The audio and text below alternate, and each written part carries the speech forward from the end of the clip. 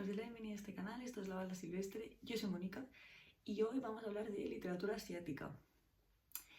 Bueno, estos días he estado viendo bastante contenido respecto a la iniciativa que inició Magrata Jostiernos hace ya bastante tiempo, que es el Marzo Asiático, como muchos de vosotros y vosotras conoceréis.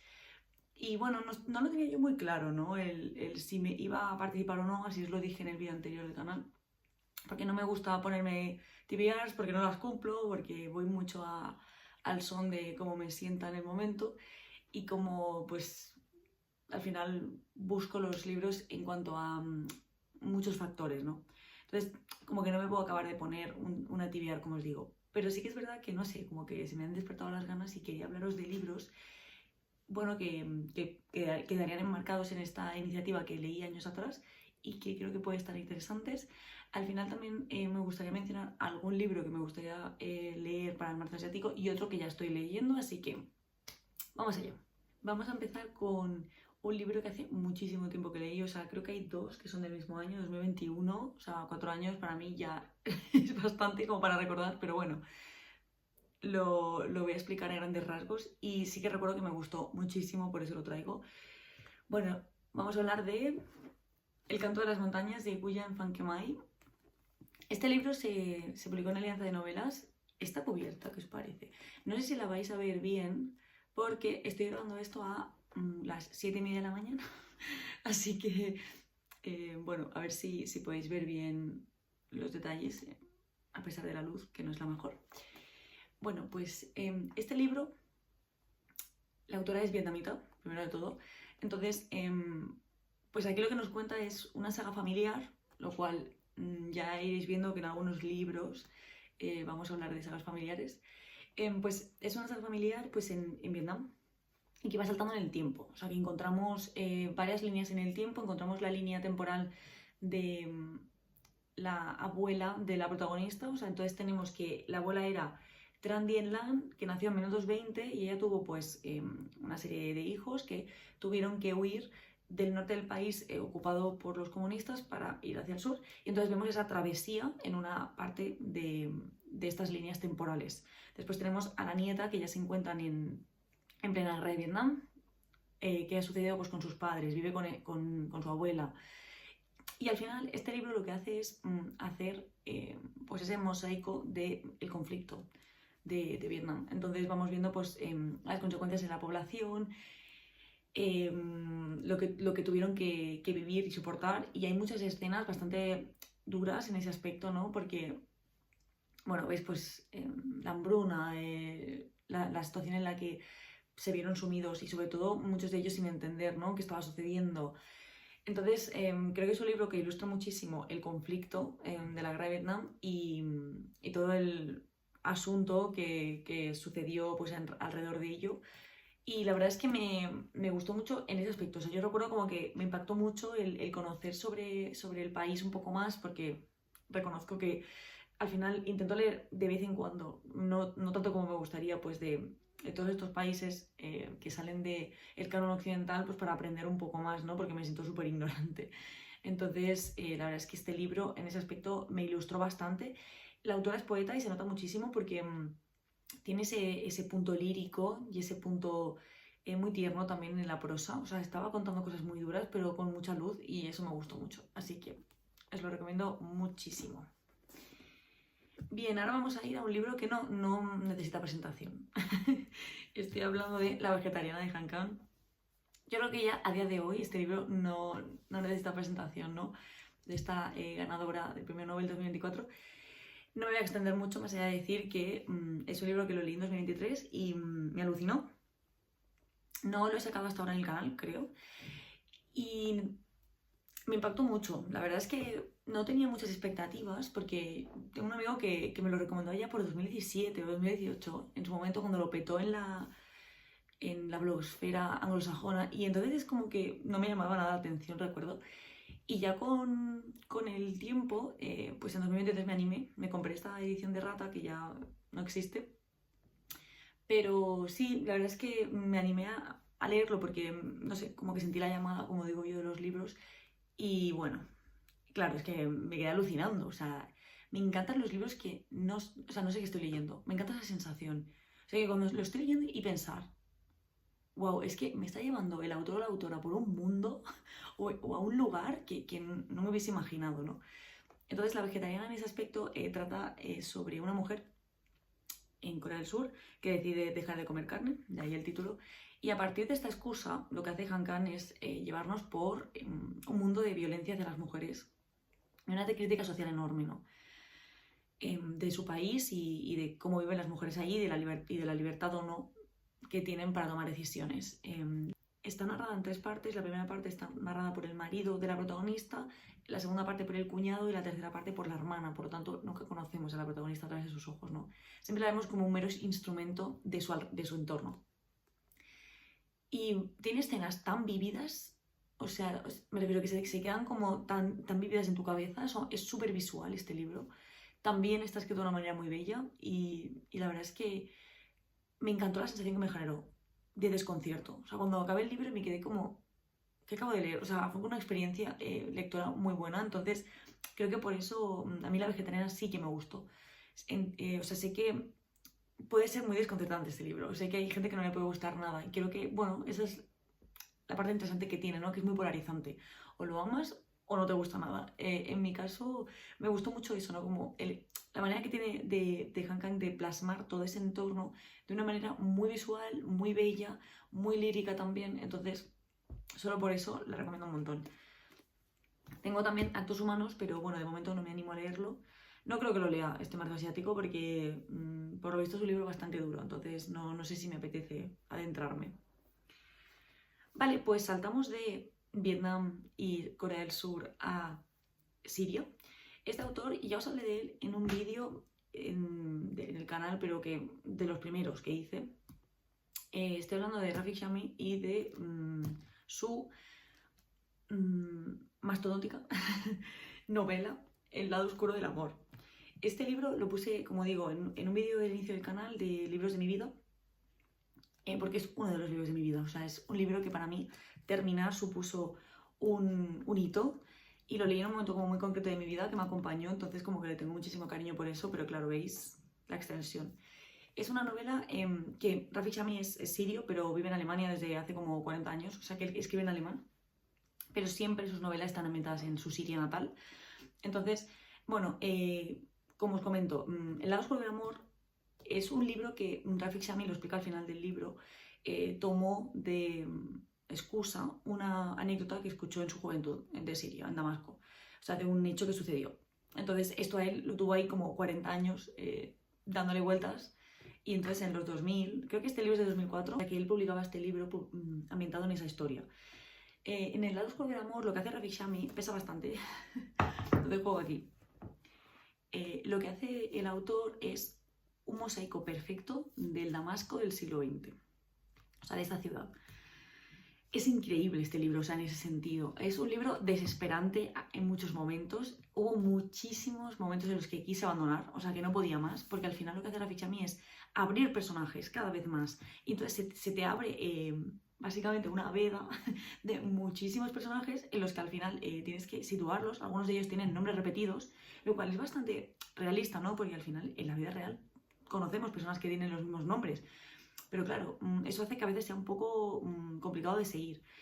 A raíz de esa anécdota que es el hecho de un amor imposible entre Farid y Rana, que son dos muchachos que pertenecen a dos clanes enfrentados, ¿no? De dos religiones distintas.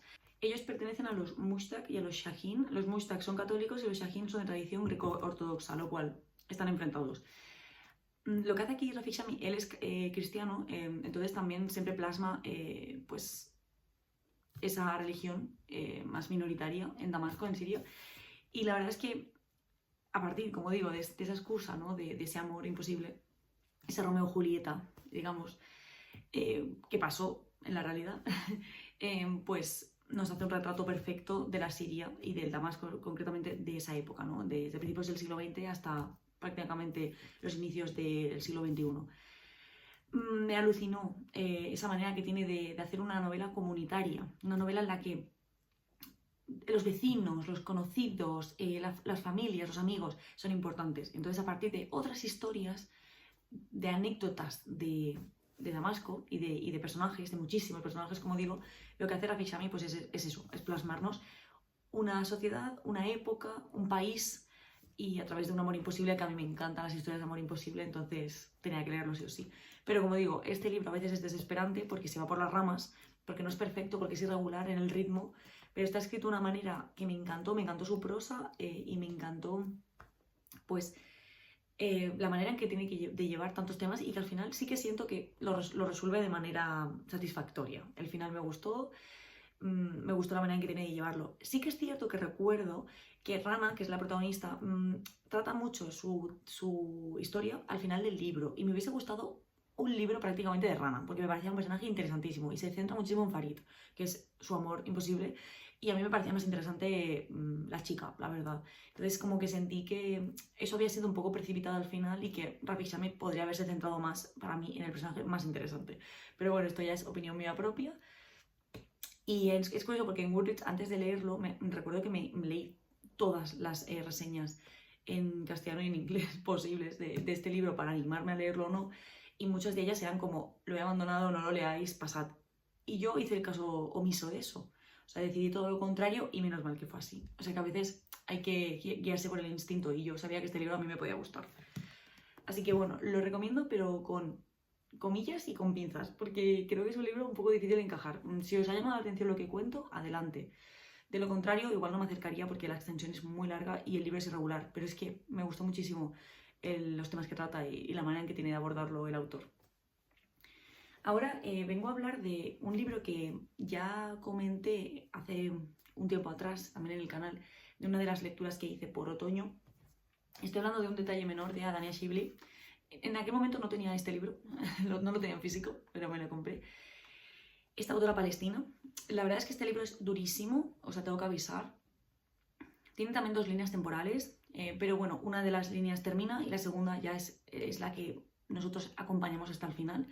En esta primera parte de esta primera línea temporal encontramos el campamento militar en el desierto, pues con la frontera de Egipto en Palestina, y aquí encontramos pues la invasión de Israel, de este ejército que está allí, y entonces a través de los ojos de, no sé si era el general o el capitán, o sea, un alto cargo de ese campamento, vemos un hecho horrible y terrorífico que comete este grupo de hombres contra un grupo de árabes, y entonces aquí, a partir de aquí, esta consecuencia de este hecho tan horrible es lo que hará que nuestra protagonista de la segunda parte, que como 30 o 40 años después, se fije, ¿no? Porque coincide con el día de su cumpleaños, y de ahí el título, ¿no? Un detalle menor. Ella se fija de que estos hechos los lee en el periódico y coincide que sucedieron el día de su cumpleaños, entonces le llama la atención y se obsesiona, y entonces tiene que investigar sobre ello. Esto hace que ella, que se encuentra en la capital de Palestina, coja un coche y se vaya a Jerusalén para, bueno, ya no es Jerusalén, sino que se tiene que ir al desierto, se tiene que ir como a una zona apartada, entonces es como muy sospechoso lo que ella hace en realidad. Lo que hace es, pues, conducir hasta ese lugar, irse a un lugar inhóspito, muy alejado, en el que no hay apenas palestinos, entonces es como muy raro, y eso hace que también tenga consecuencias terribles. Y este libro, la verdad es que fue una bofetada en la cara, ¿no? O sea, fue un libro en el que te das cuenta de que no podemos mirar a otro lado. Entonces, me gustó mucho en ese aspecto. O sea, creo que es un libro que es muy cortito, o sea, tiene como 140 páginas, pero es que en 140 páginas condensa muchas cosas. O sea, condensa el conflicto, básicamente, Palestina-Israel, pero solo en la punta del iceberg, obviamente, pero ya con eso, pues, puedes rascar muchísimo, y la verdad es que, a pesar de su crudeza, me gustó mucho. En este no me quiero extender mucho porque es un libro que ya he comentado en varias ocasiones. Estoy hablando del El rumor del oleaje de Yuki Mishima, simplemente por si queréis una historia de amor tierna, dulce, algo un poco más sosegado, porque creo que estoy trayendo libros muy intensos. Pues aquí tenemos El rumor del oleaje. La verdad es que este libro a mí me gustó mucho, es una de mis historias de amor preferidas. Entonces, bueno, pues veremos su historia de amor, muy tierna. Hubo escenas que todavía las... Hubo escenas que mientras las leía pensaba, qué belleza, qué belleza. O sea, es que me encantó esa sensación. Entonces, es un libro que todavía recuerdo en algunas escenas sobre todo las amorosas, es que me parecieron muy tiernas, muy bonitas. Me gustó mucho cómo las abordó Mishima. Y eso que sé que Mishima, esto es lo menos Mishima que podemos encontrar, por lo visto.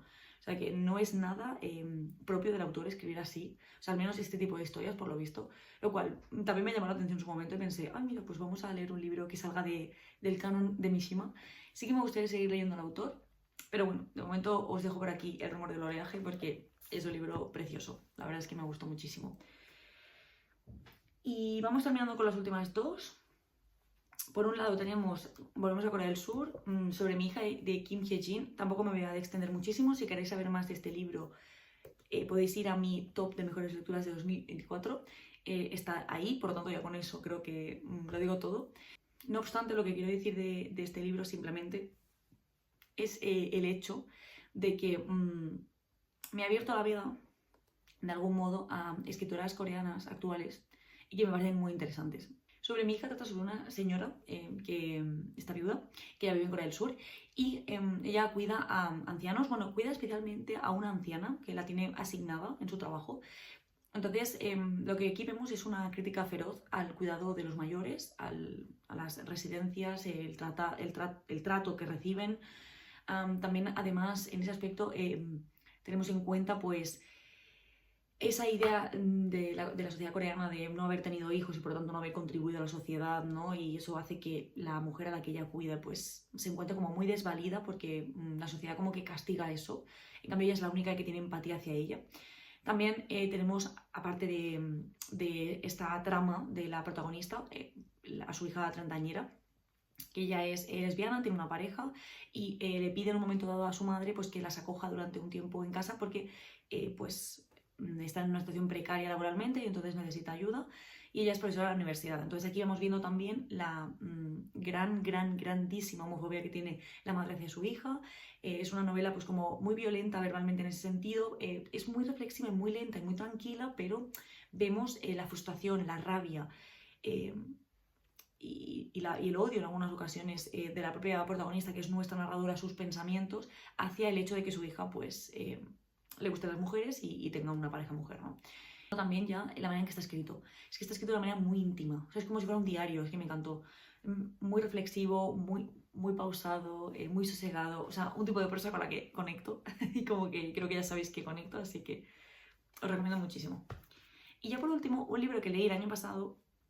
En este caso, vamos a dejar Corea del Sur y nos vamos a ir a la India. Y creo que es un libro muy conocido y que seguramente muchos de vosotros y vosotras habéis leído. Es El dios de las pequeñas cosas de Arundhati Roy. Debo decir que yo este libro no las tenía todas conmigo cuando empecé a leerlo, pero me atrapó. Está escrito de una manera muy extraña, muy fragmentaria, muy nada lineal, o sea, está saltando todo el rato de un momento a otro, del pasado al presente, está escrito a veces como de manera telegráfica, ¿no? Como un telegrama, o sea, frases muy cortas, luego un párrafo, es muy reflexivo también, pero a la vez es como muy desconcertante, debo avisar, o sea, la manera en que está escrito este libro. O sea, y yo creo que hay personas que pueden no acabar de conectar con la manera en que está escrita y con la historia por la prosa en sí. Pero es que a mí me gustó muchísimo. La verdad es que me gustó mucho porque es una saga familiar y a mí me encantan. Entonces, otra saga familiar. En este caso estamos en Kerala, en el sur de la India, y vamos a seguir la historia de dos gemelos, o sea, un chico y una chica gemelos, curioso, que están completamente unidos el uno a la otra, que sienten lo que siente el uno de la otra. Entonces, en ese sentido, vemos una conexión muy mágica y vemos pues muchos temas que azotaban la India del momento, sobre todo en el siglo XX, sobre tanto como política, religión, revueltas de trabajadores y el sistema de castas sobre todo, ¿no? Las desigualdades y vemos a través de los ojos de estos gemelos, de su madre, que es un personaje también como muy importante, y creo que era la tía abuela, no era la abuela, creo que era la tía abuela de ellos, y el tío de ellos que, bueno, pues ahí conforman un poco la sociedad india del momento, pero bueno, ya no India porque India es un país enorme, ¿no? Sino como de Kerala. Y la verdad es que me gustó mucho que me parece un libro como muy original, o sea, tiene realismo mágico, o sea, porque tiene momentos en los que de pronto pues se da esa magia y tiene escenas muy duras. Aviso que tiene una escena concretamente de abuso que me gustaría avisar, hacer un trigger warning, porque la verdad es que yo lo sufrí mucho. La verdad es que es una novela que no se coló en mi top de mejores lecturas de 2024 y yo creía que sí, porque cuando terminé el libro pensé, wow, esto se va al top. Pero no, después pasó el resto del año porque esto lo leí en primavera y no, como que esta novela quedó enterrada entre otras tantas que creo que me dejaron más pozo. Pero bueno, aún así os lo recomiendo muchísimo. Y ya por último, os quería comentar, como os he dicho al inicio del vídeo, un poco qué libro quiero leer y qué estoy leyendo respecto al mazo asiático. No sé si voy a leer algo más. Si es así, pues ya lo veréis en el vídeo correspondiente del mes, donde os hablé un poquito del rincón lector de mis lecturas. Bueno, a ver, el libro que quiero leer para marzo asiático, a ver si lo hago, es Los Kodokusha de Milena Michiko Flasar, porque ya que lo tengo aquí, pues me gustaría aprovecharlo. Tengo muchas ganas de leer este libro porque, además de la reseña de Marta Antigona, lectora de Instagram, también he visto su reciente vídeo del marzo asiático y sus recomendaciones, y aquí pues encontramos también la recomendación de este libro. Es que este libro lo asocio a ella. Básicamente participé en el sorteo donde me tocó porque vi que ella lo recomendaba. Y tengo muchas ganas. Trata sobre una mujer que se encarga de gestionar los objetos de las personas que mueren solas en Japón. Entonces, de ahí, esos son los, no sé si son los Kodokusha, creo, este tipo de persona. Es que no sé mucho más, porque no lo he leído. Pero por lo visto está escrito de una manera como muy íntima, como muy reflexiva, lo que digo, ¿no? Este tipo de prosa que yo conecto. Así que creo que este libro me va a gustar mucho. A ver si lo leo, ya que lo tengo aquí. Y después os lo dejo por aquí. El libro que sí que estoy leyendo actualmente es Frankenstein en Bagdad, de Ahmed Sadawi. Este libro nos lleva a Irak y a la guerra de Irak. Entonces aquí básicamente vamos viendo, es que es un libro muy extraño, ¿eh? O sea, me recordó un poco a Rafik Shami en el punto de ese tipo de libro comunitario, en el que es importante los vecinos, los amigos, la gente conocida, o sea, es como, no sé si tiene algo que ver ya como, pues, si esto es muy de Oriente Próximo, pero es que no sé, me recordó mucho a Rafik Shami. Obviamente este libro no es tan largo, entonces, bueno, pues trata sobre un rapero que reúne partes de cadáveres y entonces crea un ser que, bueno, generará una serie de consecuencias en el Irak invadido por Estados Unidos. Entonces ahí vamos viendo pues este ser que va a hacer con este protagonista que vamos siguiéndolo. Y ya digo, es muy coral, entonces está como conformado de muchos fragmentos de diferentes personas que viven pues las explosiones, los asesinatos y cosas así. Que bueno, me está gustando mucho en ese punto, creo que es muy original y muy diferente a lo que he leído. Pero bueno, sí que me ha recordado bastante a Rafik Shami, eso que os digo. También me ha recordado un poco a La República era esta, de Al Aswany, que es un escritor egipcio, que leí el año pasado, no, el anterior, o el año pasado, no recuerdo, hace un par de años o por ahí. También me ha recordado un poco a ese tono. Que ese libro no os lo traigo aquí porque me gustó, pero bueno, tampoco no quería que fuera el vídeo eterno. Entonces, pues eso, me recuerda un poco al de La República era esta y un poco al de Rafik Shami. Entonces me está dando como esos tintes. Pero bueno, aún así, de momento llevaré un 30% leído, me está gustando bastante y ya os contaré cuando lo termine. Bueno, estoy contenta porque a pesar del hecho de que no sabía muy bien si iba a participar o no en el marzo asiático, lo estoy haciendo, pero sin ningún tipo de presión por mi parte. Es que esto lo digo porque yo me presiono mucho con las cosas. Es como que me autoimpongo y cuanto más me autoimpongo, menos lo hago. Entonces, por eso quería tomármelo con un poco más de soltura y me está funcionando. O sea, porque ya automáticamente decidí cómo fluir y ya me estoy leyendo Frankenstein en Bagdad, así que perfecto. Y nada, pues este vídeo ha llegado hasta aquí, espero que os haya gustado. Y si es así, os recuerdo que le podéis dar like, os podéis suscribir, activar la campanita para que os notifique de futuros vídeos. Contadme si os vais a participar en el marzo asiático. Y nada, como digo, espero que os haya interesado, os dejo mi Instagram en la cajita de información. Muchas gracias por verme y nos vemos pronto. ¡Chao!